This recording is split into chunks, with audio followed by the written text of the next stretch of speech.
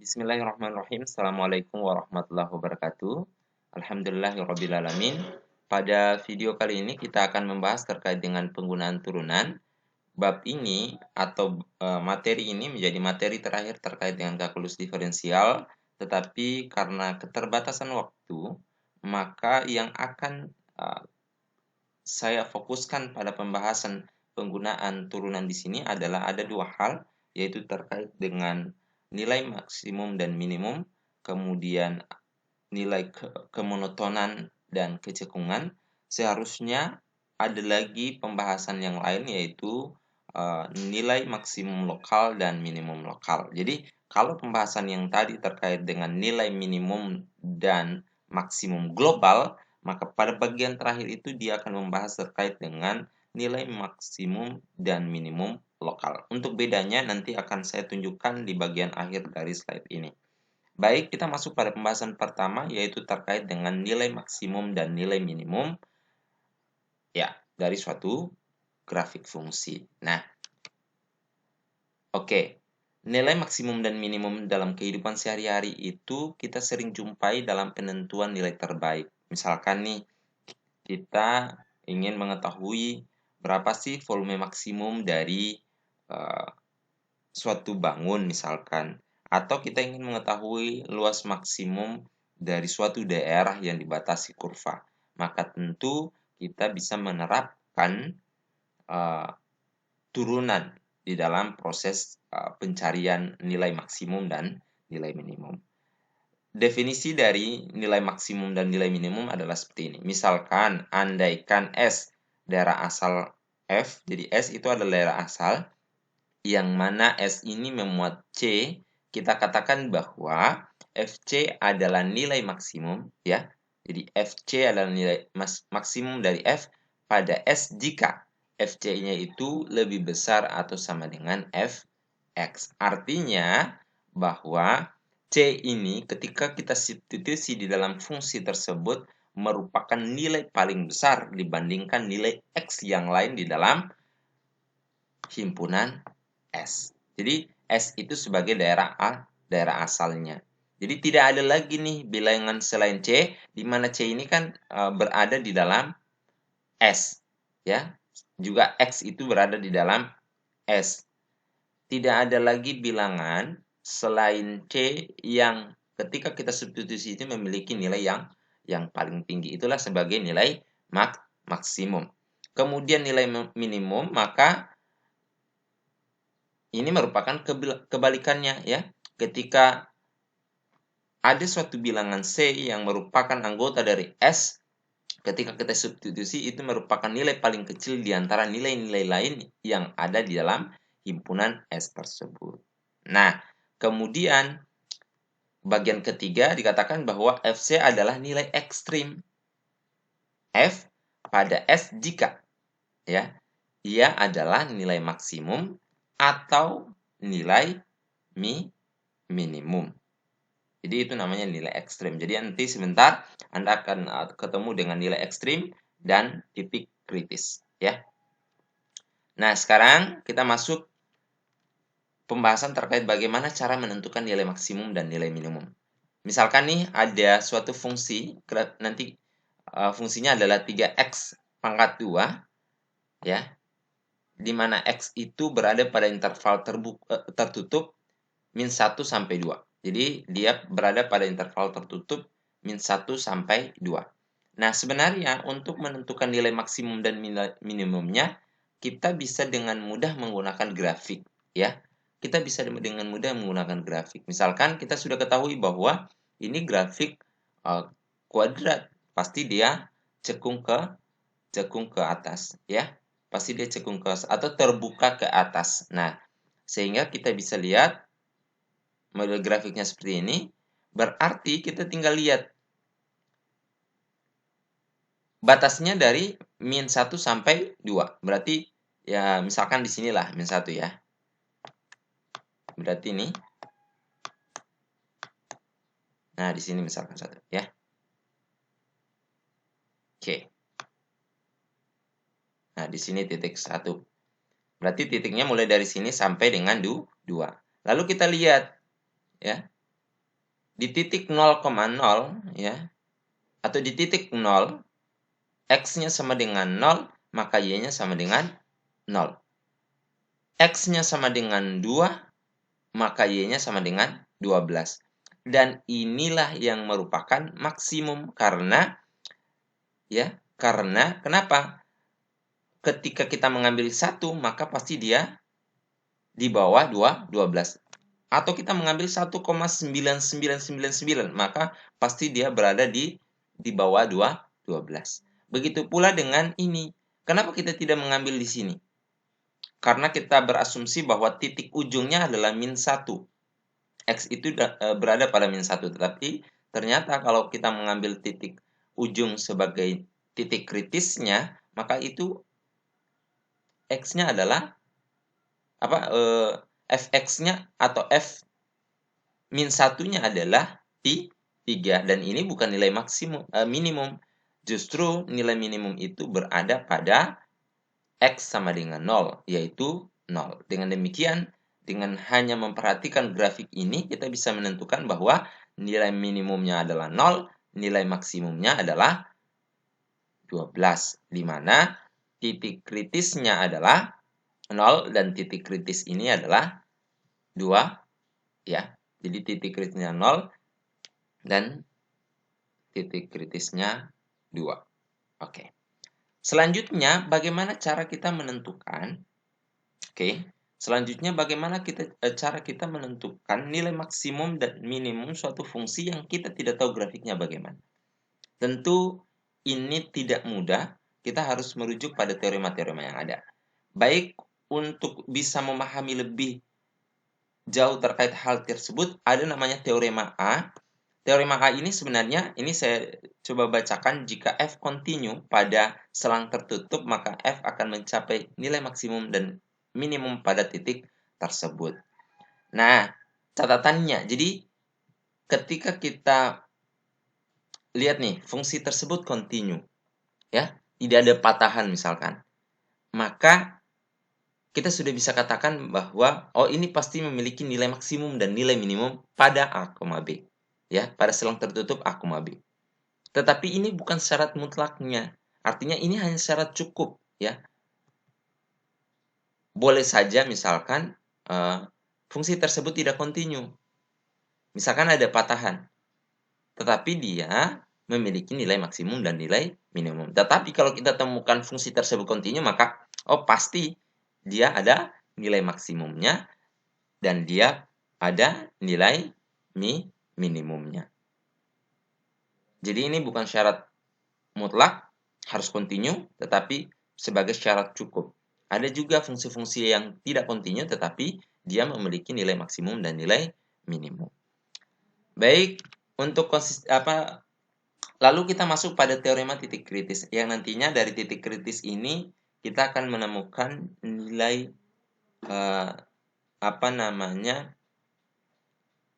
nilai ekstrim dan nantinya kita akan gunakan untuk mencari nilai maksimum dan minimum, ya. Nah, sekarang andaikan F didefinisikan pada selang I yang memuat titik C. Nah, jika FC adalah ini nilai ekstrim, ya. Nilai ekstrim, maka C haruslah titik kritis, yaitu C berupa salah satu dari. Jadi C itu atau titik kritisnya itu harus salah satu dari ketiga ini. Yang pertama adalah titik ujung dari I. Misalkan tadi selang tertutup. Selang tertutup A, B. Maka titik kritisnya itu A dan B juga, ya. Kemudian yang selain itu adalah titik stasioner dari F. Jadi titik stasioner itu apa? Titik stasioner itu ketika fungsinya kita turunkan, kemudian kita akan mencari nilai X yang sama dengan 0. Jadi ketika kita masukkan nilai C, itu harus sama dengan 0. Kemudian selanjutnya adalah namanya titik singular atau F, yakni turunannya itu tidak ada. Jadi contoh realnya misalkan titik singular ini ada patahan. Misalkan nih, kita punya fungsi nilai mutlak, ya. Kalau kita gambar grafiknya, misalkan seperti ini nih. Nilai mutlak itu kan, nilai mutlak X itu dia, nih, dia tidak cekung ya. Nah, maka ini namanya bukan titik stasioner, tetapi namanya sebagai titik singular. Karena ini berupa garis lurus. Ya, ada patahan di sini. Oke, seperti itu. Jadi, kalau titik stasioner diperoleh dengan cara kita cari turunannya, kemudian kita masukkan nilai C yang nantinya akan menghasilkan nilai 0. Ya. Kemudian kalau titik singular ketika turunannya tidak ada. Jadi hanya ada 3 kemungkinan titik kritis. Yang pertama titik ujung dari interval tersebut, kemudian yang kedua titik stasioner, dan yang ketiga adalah titik singular. Nah, sekarang kita masuk pada contoh yang tadi ya. Kalau tadi di awal kita menggunakan grafik untuk melihat maksimum dan minimumnya, bahkan sebenarnya untuk menggambar ini saya menggunakan bantuan software Worksheet GeoGebra. Ya, jadi memang proses gambar grafiknya tidak menyulitkan saya tinggal input fungsinya, kemudian nanti batas-batasnya saya tinggal menggunakan point, ya. Nah, tetapi bagaimana kalau kita tidak tahu grafiknya, kemudian kita ingin tahu berapa sih nilai maksimum, berapa sih nilai minimumnya? Maka yang pertama yang harus kita cari, kita berdasarkan teorema titik kritis tadi, bahwa titik kritis itu pasti satu titik ujungnya, 2 titik stasioner, atau yang ketiga adalah titik singular. Maka kita cross check. Titik ujungnya apa? Karena ini adalah interval tertutup mulai dari min 1 sampai 2, maka titik ujungnya adalah min 1 dan 2. Kemudian kita mencari titik stasioner. Kita turunkan. Ya, caranya adalah kita turunkan. Turunan dari ini adalah 6x. 6x. Ya, x yang memenuhi sehingga 6 dikali dengan suatu bilangan X ini adalah, sehingga hasilnya sama dengan 0 adalah X-nya sama dengan 0. Selain 0 ya tidak ada yang 6 kali sesuatu yang hasilnya 0. Maka kita dapatkanlah titik stasionernya adalah 0. Dengan demikian titik kritisnya, titik kritisnya adalah min 1, 0, 2. Kemudian dari sinilah kita akan cari nilai ekstrimnya. Dari nilai ekstrimnya kita lihat mana yang maksimum, mana yang minimum. Nanti itu Anda cari sendiri ya. Tentu tadi ini sudah akan jelas bahwa nilai minimumnya adalah ketika kita substitusi 0, kemudian nilai maksimumnya ketika kita substitusi 2. Oke. Selanjutnya kita masuk pada contoh yang kedua. Ini yang saya katakan tadi, ini sebagai titik singular, bukan titik stasioner, karena di sini ada patahan, dia tidak cekung lagi gitu ya. Nah, ini sama. Ya, di sini juga tidak ada turunannya, maka kita katakan ini sebagai titik singular ya. Titik singular yaitu titik di mana grafik mempunyai sudut tajam, ini sudut tajam, garis singgung vertikal, atau mungkin berupa lompatan atau patahan ya. Nah, dari gambar ini titik singularnya itu berada pada X sama dengan 0, sehingga titik-titik kritisnya itu adalah min 1 itu sebagai titik ujungnya, kemudian 0 itu sebagai titik singularnya, dan 2 itu sebagai titik ujungnya. Kemudian kita tinggal mencari nilai maksimum dan minimum dari titik-titik kritis ini. Selanjutnya kita masuk pada pembahasan yang kedua, yaitu terkait dengan kemonotonan dan kecekungan. Jadi, untuk apa sih kita belajar tentang maksimum minimum, kemonotonan, kecekungan? Ada lagi namanya maksimum lokal, minimum lokal. Sebenarnya arahnya nanti adalah kita mampu menggambar grafik tanpa harus kita substitusi satu-satu. Tetapi kita bisa identifikasi suatu grafik fungsi ini, oh ini dia maksimumnya di sini, minimumnya di sini, ini monoton naik, ini monoton turun, ini cekung ke atas, ini cekung ke bawah. Sehingga dari grafik fungsinya kita sudah bisa membayangkan model grafiknya bagaimana. Dari fungsinya kita sudah bisa membayangkan grafik fungsinya bagaimana. Jadi tidak perlu lagi misalkan kita harus menggambar, kita masukkan satu-satu yang kemudian mungkin bisa jadi hasilnya itu tidak presisi. Tetapi kalau kita sudah tahu, oh ini dia monoton naik. Kalau monoton naik berarti seperti ini, ya misalkan naik terus ya. Kalau dia monoton turun berarti misalkan seperti ini. Ya.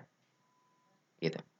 Kalau cekung, ya cekung ke atas atau terbuka ke atas, kemudian cekung ke bawah atau terbuka ke bawah. Nah, yang akan kita bahas yang bagian pertama adalah tentang kemonotonan. Nah, definisi kemonotonan bagaimana?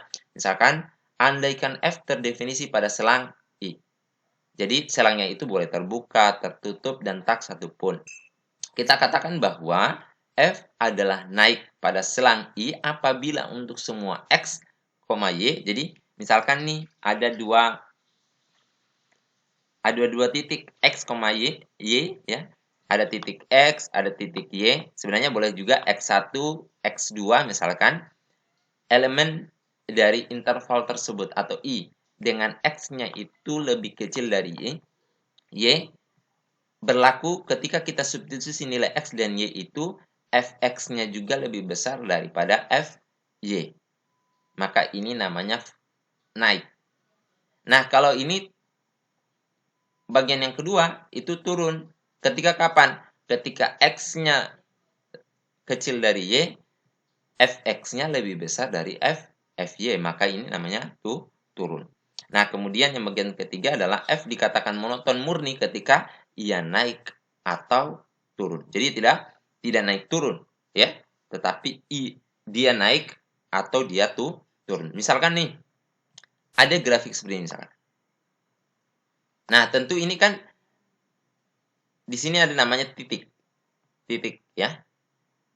Atau bisa kita katakan sebagai titik stasioner tadi, ya, atau titik kritis.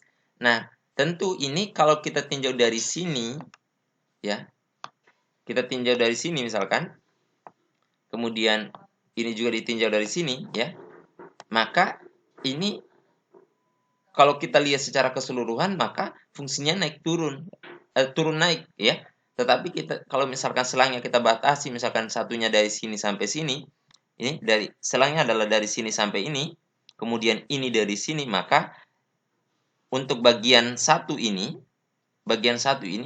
namanya fungsi turun, ya, karena dia mengalami penurunan. Kalau dari sini ke sini itu fungsi naik, ya. Jadi yang satu itu turun, yang dua itu naik. Tetapi kalau kita tinjau secara keseluruhan maka ini bukan lagi monoton murni, karena monoton murni itu harus ia naik atau ia turun, tidak boleh naik dan turun. Gitu. Lalu yang menjadi pertanyaan kita adalah ini ilustrasi yang tadi, ya. Ilustrasi yang tadi untuk melihat bahwa oh ini misalkan ini kan fungsinya naik, kemudian ini turun pada selang dari sini sampai sini, kemudian turun lagi, ya, dari selang ini sampai ini, ya. Kemudian dia naik lagi dari selang ini sampai ini, ya. Nah, lalu bagaimana jika tanpa menggambar grafiknya, bagaimana cara mengetahui dia monoton naik atau turun? Kalau gambar grafiknya kita tinggal lihat nih. Oh, dari titik ini sampai titik ini itu dia monoton naik. Ini sampai ini misalkan turun. Ini sampai ini misalkan naik kembali. Tetapi itu kalau grafiknya kita ketahui. Bagaimana kalau grafiknya kita tidak ketahui? Nah, untuk bisa menentukan dia monoton naik atau turun, maka kita menggunakan teorema ini. Nah, misalkan F-nya kontinu pada selang I dan dapat didiferensialkan. Jadi, fungsinya syaratnya harus kontinu dan memiliki turunan. Kalau tidak memiliki turunan, maka ini tidak bisa, ya. Pada setiap titik dari I. Jika turunan pertamanya lebih besar dari 0 untuk setiap titik dalam X dari I, ya, maka F naik pada I. Oke, ya. Ini ada kesalahan. Ini turun.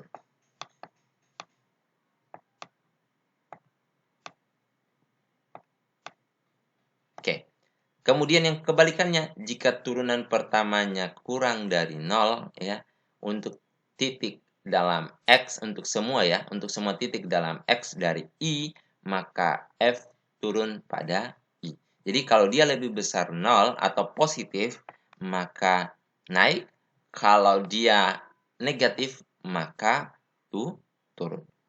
Sebagai contoh misalkan nih, kita punya fungsi sama dengan 3x kuadrat kurang 2x. Kita akan menentukan ketika kapan dia monoton naik dan ketika kapan dia monoton turun. Tentu kalau untuk menentukan ini kita harus cari dulu turunan pertamanya. Jadi teorema tadi kan untuk mencari kemonotonan itu kita menggunakan turunan yang pertama. Sehingga kalau ini kita turunkan, ya, fungsi ini kita turunkan menjadi 6x kurang 2. Atau ini kita bisa jabarkan menjadi 2 kali 3x dikurang 2. Maka ini, ya,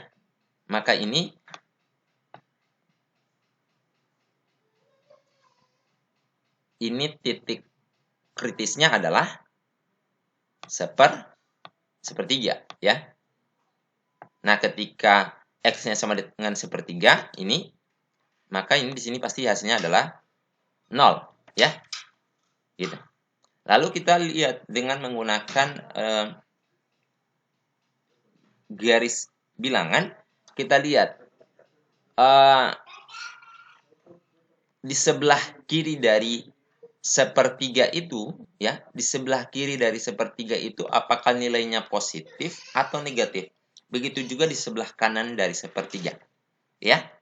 Nah, kita lihat, kita substitusi nilai misalkan apa saja yang di bawah sepertiga. Misalkan saya ambil seperempat. Ketika kita substitusi seperempat di dalam sini, ya, kan kita ingin cari dia ini monoton naik atau monoton turun. Monoton naik ketika hasil turunannya itu kita substitusikan nilai X yang berada di dalam interval itu, dia hasilnya positif. Kalau dia hasilnya negatif, maka itu namanya monoton turun. Sehingga saya mengambil sampel dulu nih. Suatu bilangan yang kecil dari sepertiga. Misalkan seperempat. Maka saya substitusi sini berarti 6/4. Atau 3/2. Dikurangi 2. Ya. Hasilnya pasti minus. Ya. Ini juga, berarti di sebelah kirinya itu minus semuanya, ya. Kemudian saya mengambil bilangan di atas sepertiga. Misalkan saya ambil 1/2. 1/2 kali 6 hasilnya adalah 3. 3 kurang 2 adalah 1. Berarti di sini adalah positif semua. Sehingga ternyata, jadi menurut teorema kemonotonan, fungsi turun itu pada selang min tak hingga sampai dengan sepertiga. Ya, tapi ini selang terbuka, bukan selang tertutup. Kenapa? Sepertiganya itu ketika kita substitusi sepertiga, dia hasilnya adalah 0. 0 itulah dikatakan sebagai, ya, nanti kita akan lihat, ya, dia namanya sebagai titik kritisnya itu, ya. Kemudian fungsi naik pada selang sepertiga, ya, sepertiga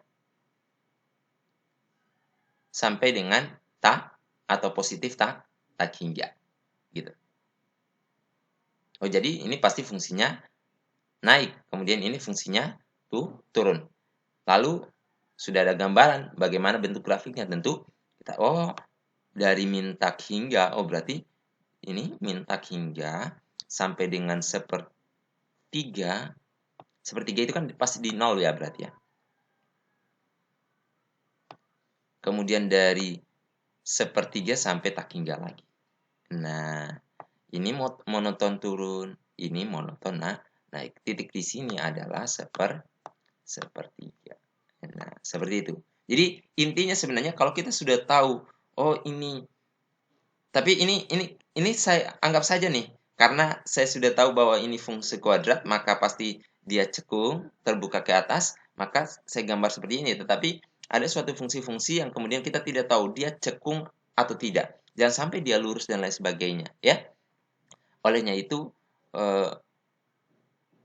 kenapa kita harus menilai maksimum, titik kritis, kemudian monoton, kecekungan, nanti arahnya adalah ini. Kita akan mampu bisa menggambarkan atau paling tidak mengetahui model grafik dari suatu fungsi tersebut. Tanpa harus kita substitusi masing-masing.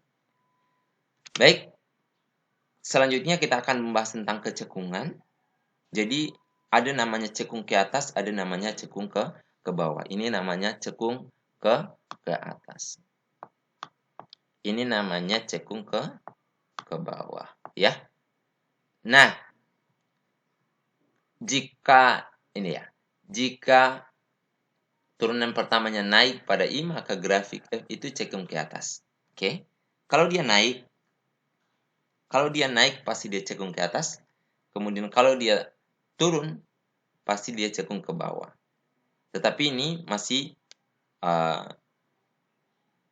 agak sulit menentukan bahwa ini cekung ke atas atau cekung ke bawah. Tetapi cara yang bisa kita gunakan untuk menentukan dia cekung ke atas atau cekung ke bawah adalah dengan mencari turunan kedua. Jadi, kalau pada kemonotonan yang kita cari adalah turunan pertama, maka pada kecekungan yang kita cari adalah turunan kedua. Ketika turunan keduanya itu hasilnya positif, maka namanya cekung ke atas. Kalau turunan keduanya adalah hasilnya negatif, maka dia cekung ke bawah. Jadi, simple, mirip dengan monoton. Monoton dia turunan pertama, kecekungan dia turunan kedua. Ya, contohnya misalkan seperti ini. Kita punya fungsi nih, nah yang ini. Tentu yang ini kalau kita gambar grafiknya, pasti kita akan menemukan kesulitan di sini. Saya yakin itu, ya. Kita akan menemukan kesulitan apakah dia naik, turun, cekung ke atas, atau cekung ke bawah. Nah, untuk menentukan itu sebenarnya simple. Kita gunakan yang tadi. Nah, ini untuk menentukan fungsinya naik atau fungsinya turun, itu kita menggunakan turunan pertama. Turunan pertama dari ini tentu hasilnya adalah X kuadrat kurang 2X kurang 3. Atau X tambah 1 dikali dengan X kurang 3. Maka inilah sebagai namanya titik stasionernya, ya. Berarti ini sama dengan min 1, ini sama dengan 3. Inilah titik-titik kritisnya. Min 1, 3. Oke. Kemudian kita lihat. Dari sisi kiri min 1. Apakah dia fungsinya turun atau naik? Nah, tentu untuk menentukan turun atau naik, kita tinggal substitusi nilai ini. Min 1 berarti saya mengambil misalkan min 2. Kalau min 2, berarti min 2, ya, ini misalkan ya. Min 2 ditambah 1 hasilnya adalah min 1. Ya. Min 2 dikurang 3 hasilnya adalah min 5. Min 1 dikali dengan min 5 hasilnya adalah positif 5. Maka bilangan sebelah kiri minus 1 itu adalah positif. Kalau sama dengan min 1 itu pasti 0. Sama dengan 3 itu juga 0. Kemudian bilangan di atas 3 itu juga positif, ya.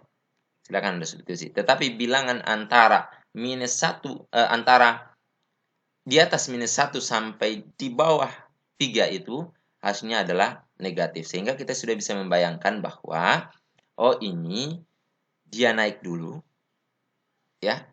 Kemudian dia turun, kemudian naik kembali. Ya. Jadi fungsinya dia naik, kemudian dia turun, kemudian dia naik kembali. Kemudian selanjutnya, kita bisa menentukan bahwa ini cekung ke atas atau cekung ke bawah. Nah, untuk menentukan hal tersebut, maka kita cari turunan kedua. Ini kita turunkan kembali menjadi 2X kurang 2 atau 2 kali X kurang 1. Maka titiknya adalah di 1. Ketika 1 pasti hasilnya sama dengan 0. Nah, kita lihat Dari sisi kiri 1, hasilnya adalah negatif semua. Dari sisi kanan 1, hasilnya adalah positif semua. Oh, berarti ini dari sisi kiri sampai dengan 1 itu dia cekung ke bawah ya. Berarti modelnya pasti seperti ini. Dia cekung ke bawah. Kemudian dari bilangan di atas 1 sampai seterusnya dia cekung ke atas. Sudah ada bayangan ya. Jadi Anda sudah bisa membayangkan bahwa ya X di bawah min 1 itu pasti dia naik. X dari min 1 sampai 3 itu dia turun. X dari 3 sampai seterusnya itu dia naik.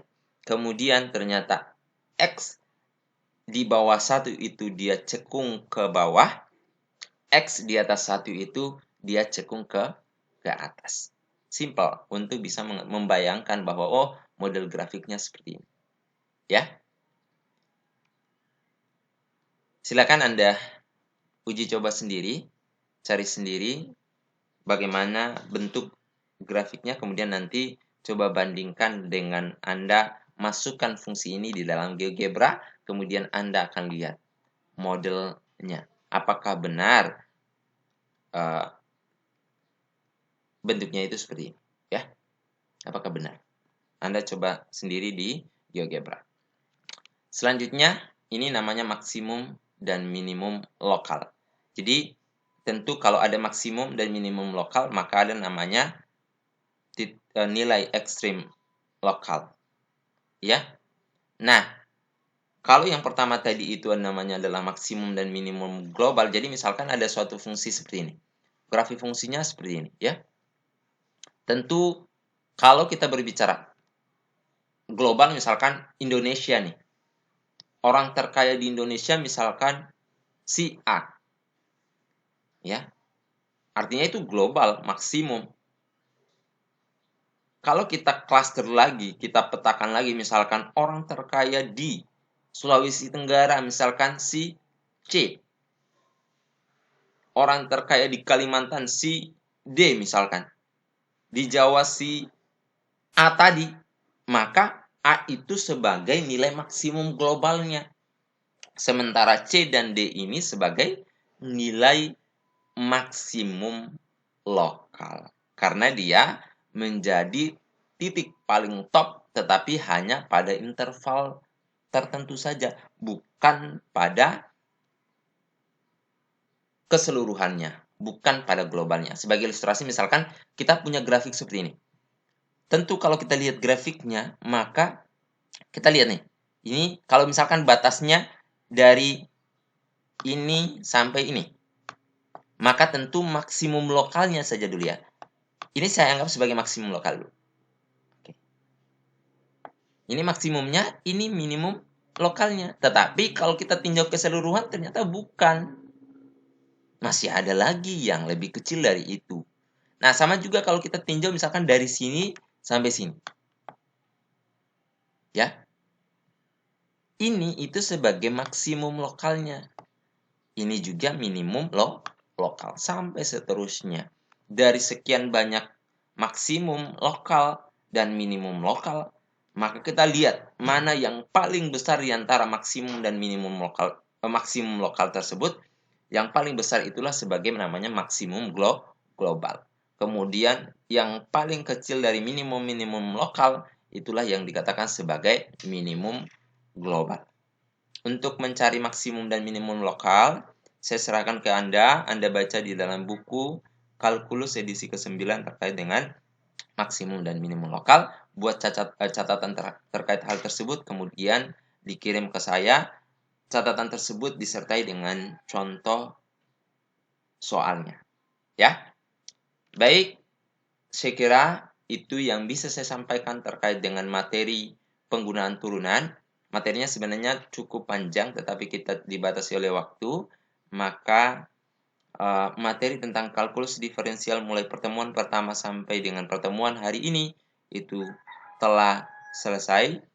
Sampai jumpa pada UAS minggu depan. Mohon maaf atas segala kekurangan. Akhirul kalam wabillahi taufiq walhidayah. Assalamualaikum warahmatullahi wabarakatuh.